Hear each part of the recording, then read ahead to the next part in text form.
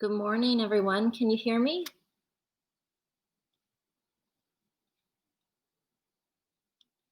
Wonderful. Thanks so much. Perfect. So we just have a small group here this morning. We might have a few come in the next couple minutes. So just while we give them a minute or so to log in if they do, if you could please just answer the poll that I have posted. If you have already, thanks so much. But just wondering what your affiliation is with the CAF community. And then at the end of the webinar, I'm going to post a couple more polls just asking about the content and then about the Demio platform. So before you sign out, when all of it is done and over, if you can just hang tight for a second to fill out the poll. I've also posted a few handouts, which looks like a few of you have already downloaded them, which is great. So these are just handouts that were created by our team here in Halifax, locally where I am. So we have a build your own omelet, which is just kind of gives you, as you'll see, little options for ingredients to put in omelets. Same thing goes for building your own smoothie. And then we have a recipe book for core breakfast recipes. So feel free to download those and use them as you'd like. So like I mentioned, I am based out of Halifax. I see just one. We have one from Winnipeg. Where's everyone else from this morning?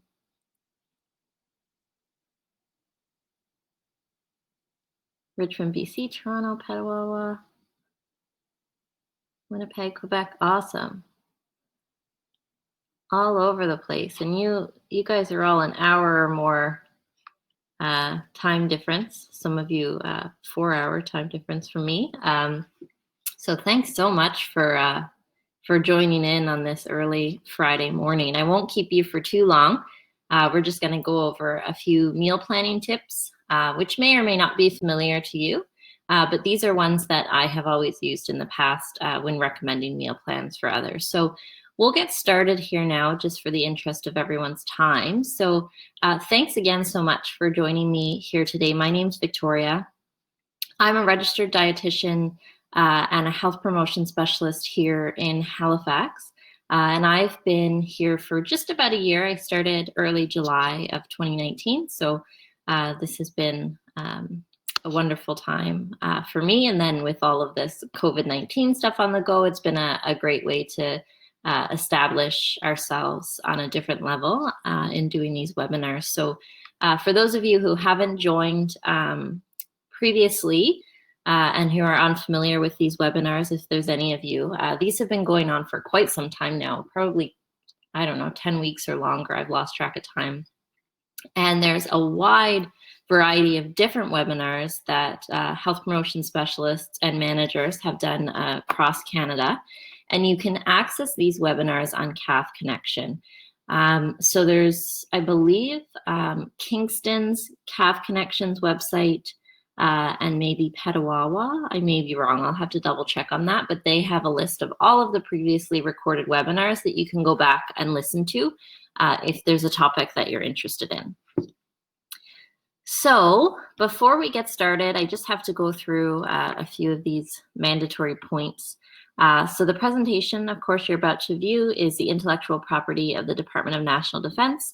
Any reproduction or retransmission of the slides contained in this presentation is strictly forbidden. Some of the topics discussed in the webinars may be of sensitive nature and not appropriate for children, so we ask for parental discretion. Please understand that people's stories are theirs alone to tell, and anything that's shared by participants in this webinar is not to be discussed outside of the webinar. And then finally, just as I discussed as well, so the webinar is being recorded and will be available for viewing later on cafconnection.ca. So although active participation is encouraged, you can also just simply follow along without using the chat or the video microphone functions if you prefer.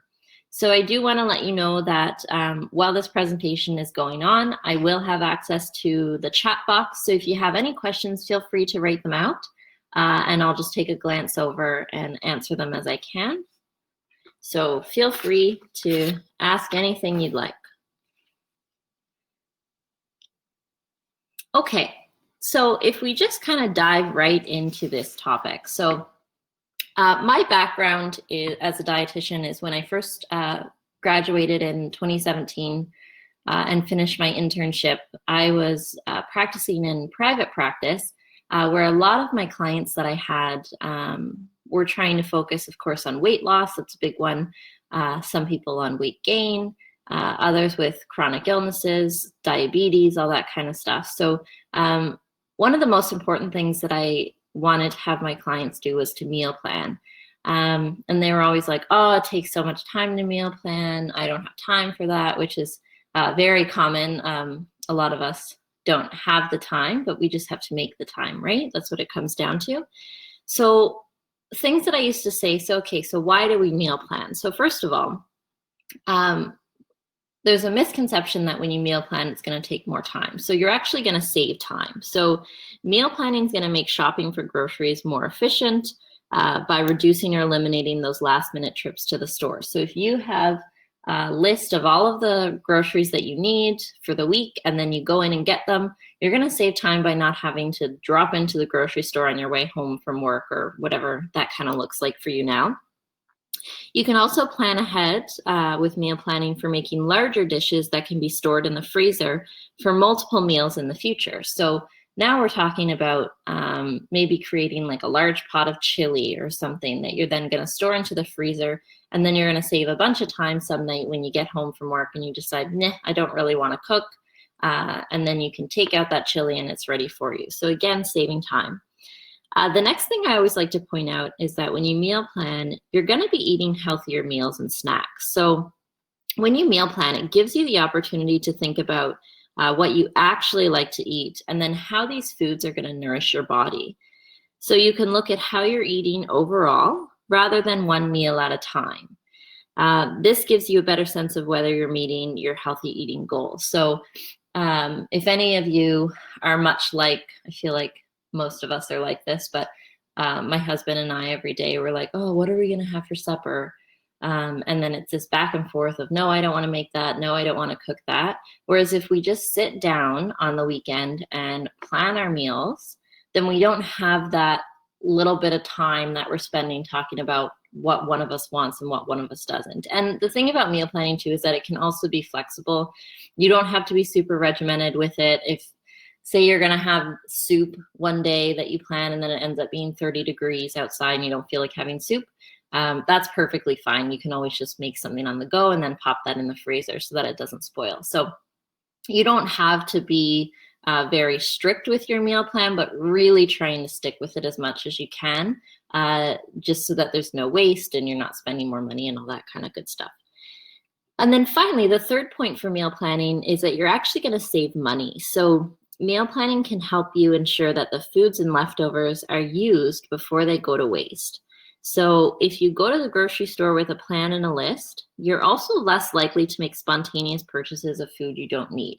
So you may go to the grocery store once per week and maybe spend a couple, like $100 or whatever it comes to, versus maybe going in a couple days a week where you're spending 20 and then 30 and then maybe 60. And so you're actually going to save money by just buying the things that you actually need and that you've planned for. If you're anything like me, guaranteed I'm going to buy from Costco a bulk salad mix, and then I'm not going to use it all. So it's a waste of food and it's a waste of money. So if I just plan my week out and I'm only going to have a couple salads that week, then I'm not going to buy a Costco size pack of spring mix. So a lot of us, including myself, in the past have began with meal planning and then maybe we didn't complete it successfully. So you start off, you're in this good place. You're like, yeah, I'm going to meal plan this week. I'm going to sit down. I'm going to write everything out.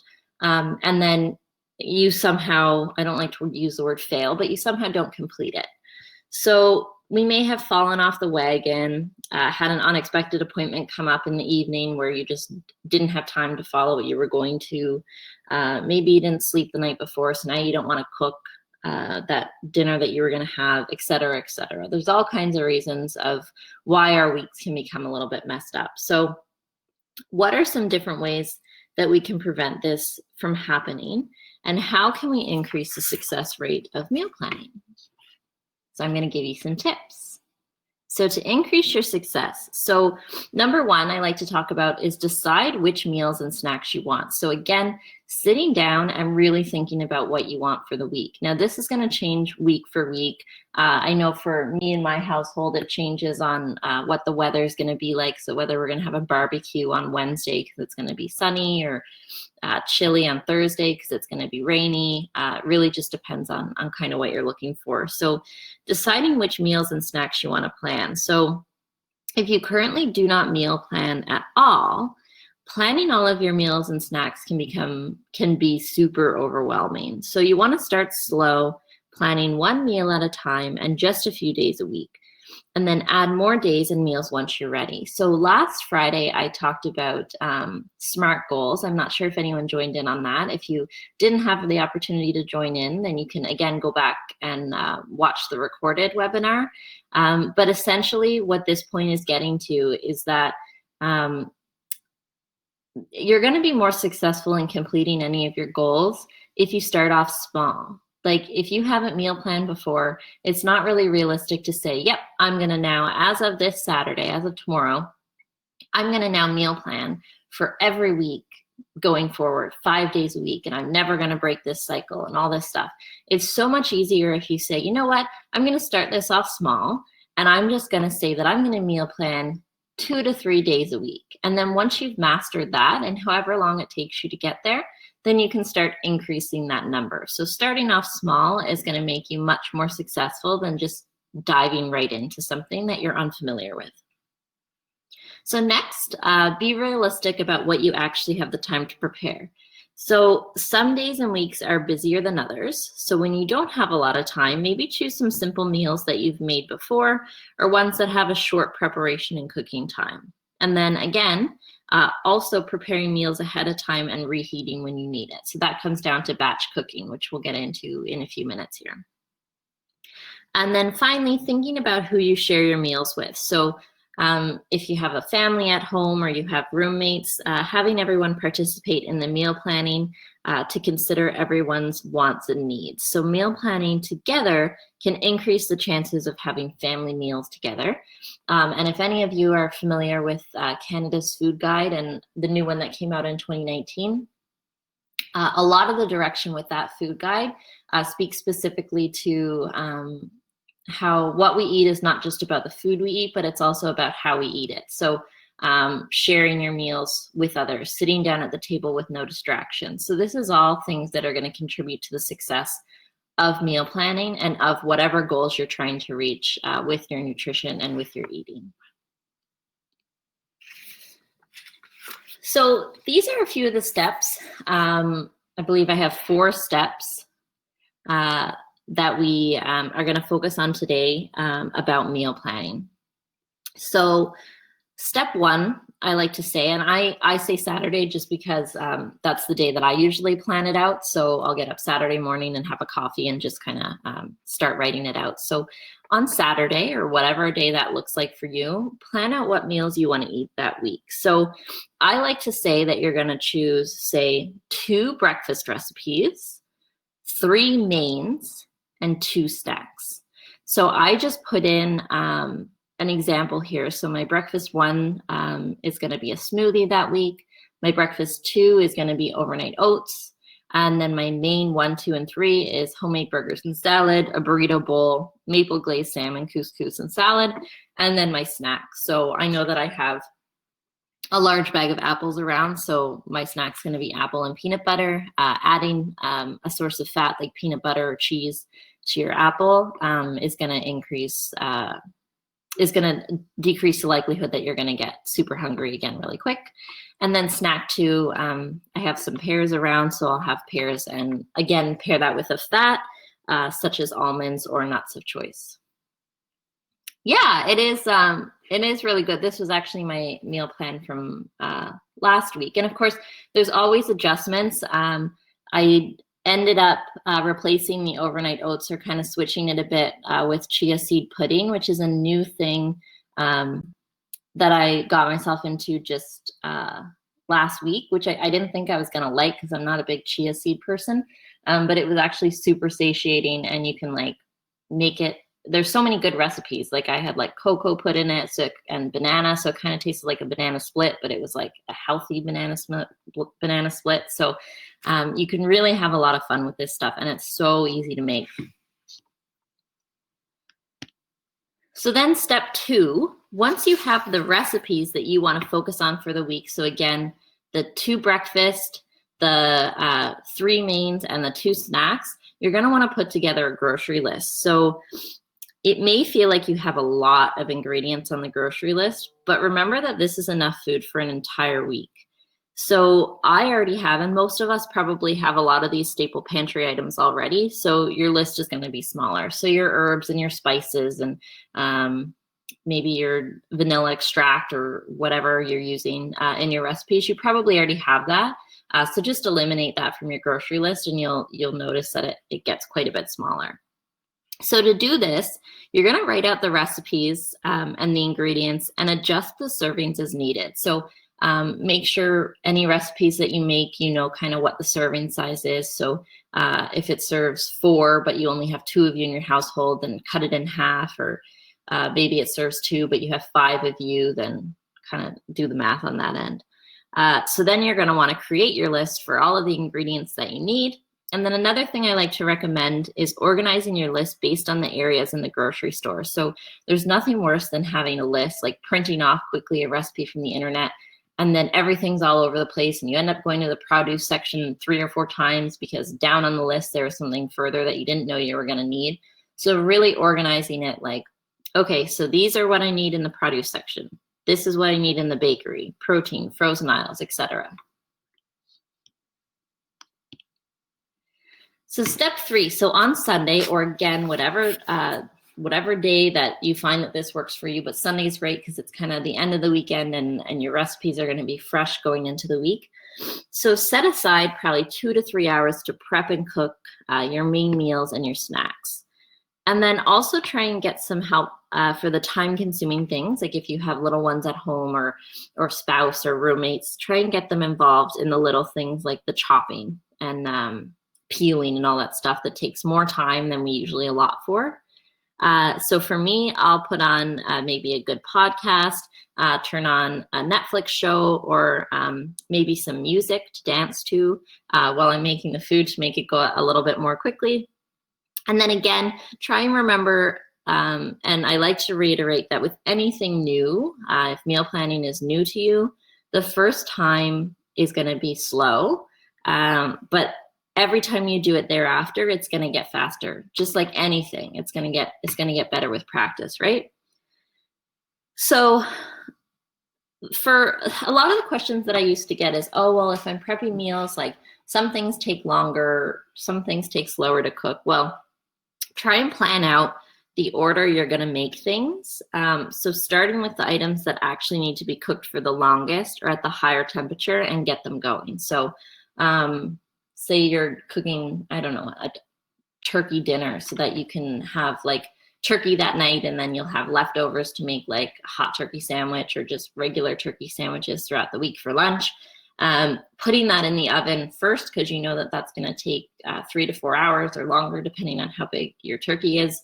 And then doing everything else while that's cooking. So really, it takes a lot of planning, but I promise you it's going to get easier as it goes.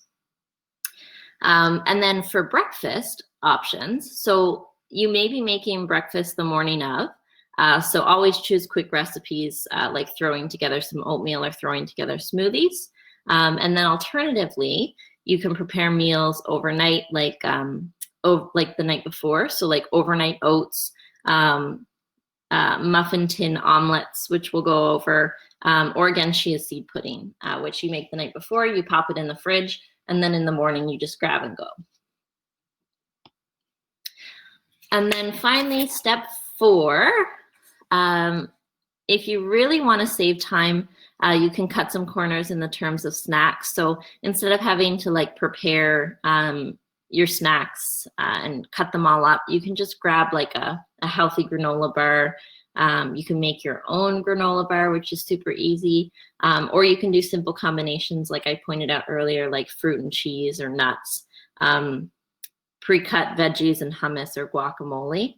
And then also something that I really like to do the night before is if I'm taking leftovers from the night before is partying them up right after I finish supper, because the likelihood of me waking up even 5 minutes earlier to get this prepared in the morning is very unlikely. So I'm much more successful if I portion it the night before, so that in the morning I can get the sleep that I want without having to get up early to portion it out. So this is a little bit of a calendar. So you can take a screenshot of this, but this is, and you don't have to stick to this by any means. I just threw this together. But like I mentioned again, if we were planning 2 breakfast items, 3 meals, and 2 snacks, this is kind of how I would portion it up. So for my breakfast, I'd go 1, 2, 1, 2, 1. Sometimes I do choose more than 2 breakfast items just because I find I love breakfast and I like experimenting with different types of things. And it's so easy to put together that you can just do it the night before and change it up. And then for lunch, your meal 1, and then you're going to kind of alternate it throughout the week. So making sure to, I also used to work in the world of food safety. I was a food safety advisor for WestJet Airlines in Calgary for a year, 2018 to 2019. And all of the foods you want to make sure that you're preparing, you're storing them properly. I can't say that enough, just to reduce any of the risk of foodborne illness. So as soon as you're cooking the, yeah, perfect. Sorry. Yep, we do have recipes. So there's handouts posted with some great breakfast recipes. And then on the calfconnection.ca website for Halifax, we have quite a few resources for cookbooks and all that stuff. So you can check that out. So then, yeah, making sure again that you're storing things properly. So once you cook everything at home for meal prepping, making sure that you're storing them, in airlock containers and putting them in the fridge or freezer as needed. And then making sure that, one thing that I actually like to do, kind of off topic, but I just take masking tape, put it on top of my Ziploc container and write down the day that I made it. So then if it gets lost in the back of the fridge and say it's the same meal that I had made that same week, I don't get mixed up in thinking that, oh, well, I didn't realize I had an extra one of these. Meanwhile, it's like 3 weeks old. So making sure that you're really tracking for food safety purposes. And then for snacks too, I like to recommend 2 snacks, just kind of starting off again, talking about taking these baby steps to getting used to this meal planning. But again, if you want to kind of switch up your snacks, then that's also perfectly fine. It's really, you're the artist of this, so you do it how you want to do it. So I wanted to share with you some of my go-to options for meal planning for breakfast, lunch, and supper. So for breakfast, smoothies. So this is a super great idea. So I love to do on, say, Sundays or whatever day I feel like doing it, is actually getting freezer-safe Ziploc bags and portioning out what I'm going to put in my smoothie as far as everything that's frozen. So I'm going to portion out like a cup of my frozen berries. I'm going to portion out, like if I'm putting any like protein powder or anything in them, which I personally don't. But if you like to do that, then portioning that in there as well. And then in the morning, before you get up, because I don't like making my smoothies the night before because they get kind of runny and they don't have a super great consistency. But in the morning, just grab that freezer bag with your fruit and stuff portioned in it, toss it in the blender, and then put in your milk of choice and whatever else you want to put in there. And then put your blender on. Sorry, I lost my train of thought. And then it's easy peasy. You don't have to portion anything out, put anything away. It's all great. Eggs, again, super easy. You can make hard-boiled eggs the night before and then take them on the go. Or then another favorite of mine is muffin tin omelets. So really you're just going to make a batch, like a large size of omelets, like as though you're preparing to make an omelet. And then you're going to portion out the mixture. So you're going to put in your eggs, your milk, your salt, your pepper, any spices and herbs that you want. and then a bunch of veggies and cheese maybe. Portion them into a muffin tin, and then you have little muffin tin omelets. So you bake those in the oven for 15 minutes or so. And then you can either eat them cold the morning of or heat them up in the microwave before you go on your way to work. Fresh fruit, pre-washing it and chopping it up so it's easy to access. Or if you have like bananas, super easy. They already come kind of pre-packaged pretty well, so that's easy as it can get. Yogurt parfait, I make that the night before, so I'll put in my yogurt and my berries, and then in the morning I'll add granola to it, because if you add granola the night before, it's going to get not a very good consistency. And then muffins, you can make some healthy type of muffins, and baking those and freezing them for the morning. And then finally, the night before, overnight oats or chia seed pudding.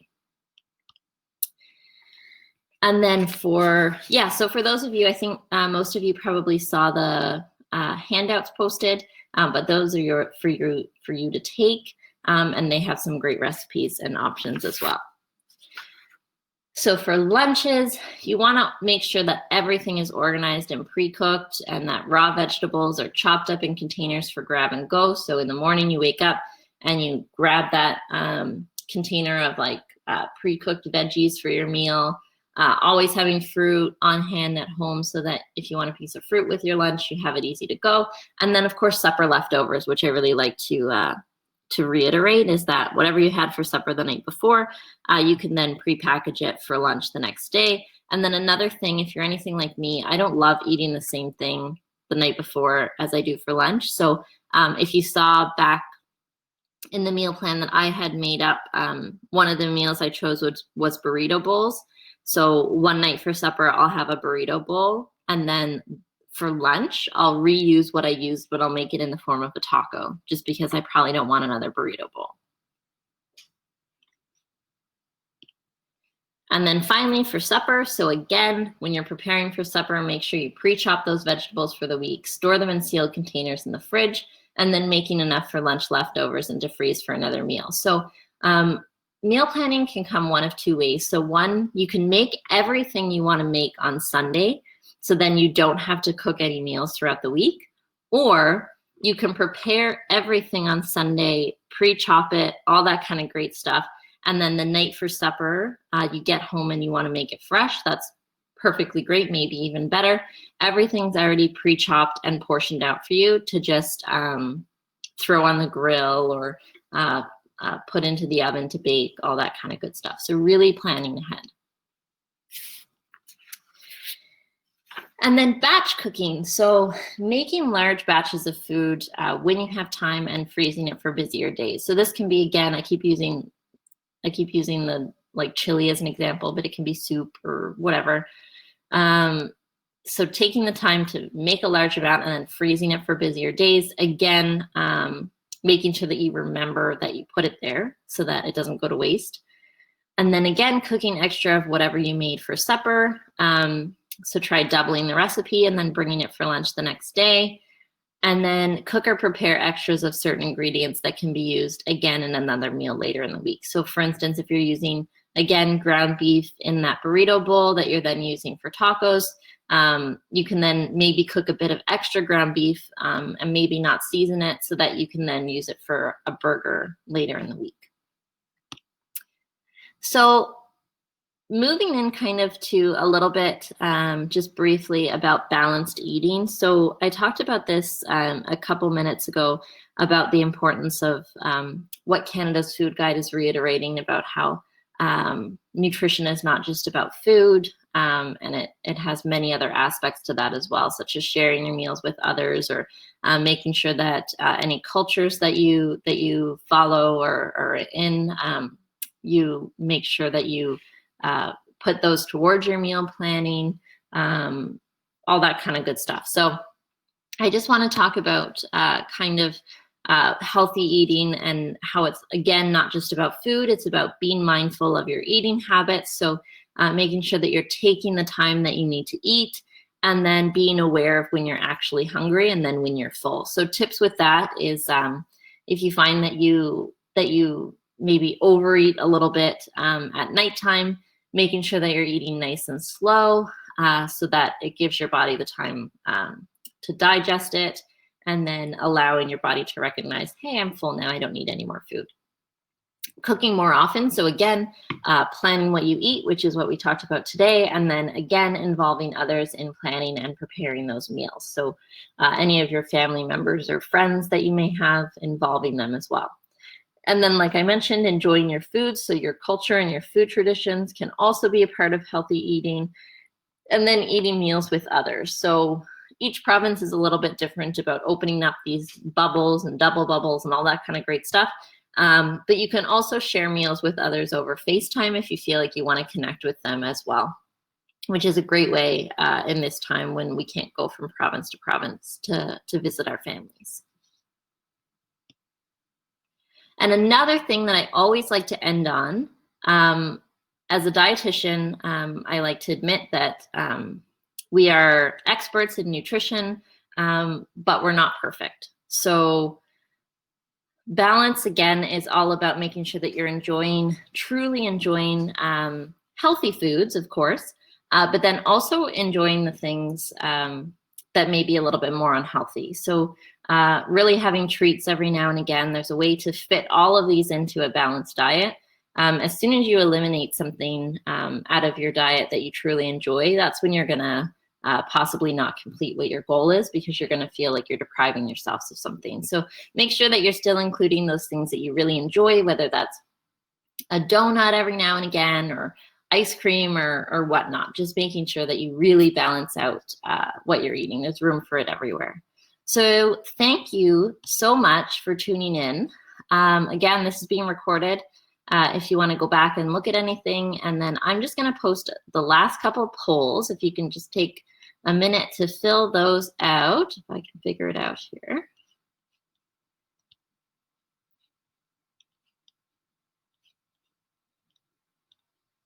Where is it? Oh, here we go. Okay. So how satisfied are you with the Demio platform? And then a little bit about the content of this. So I really appreciate you tuning in this morning. Hopefully you gained even just a small little thing out of it. And then, yeah, if you have any questions, I'll stick by for a couple more minutes. And you can ask them in there. And then also just wanted to point out on your screen that these are the available resources that are available to you during this unprecedented time and all times throughout the year. So you can contact them at any point.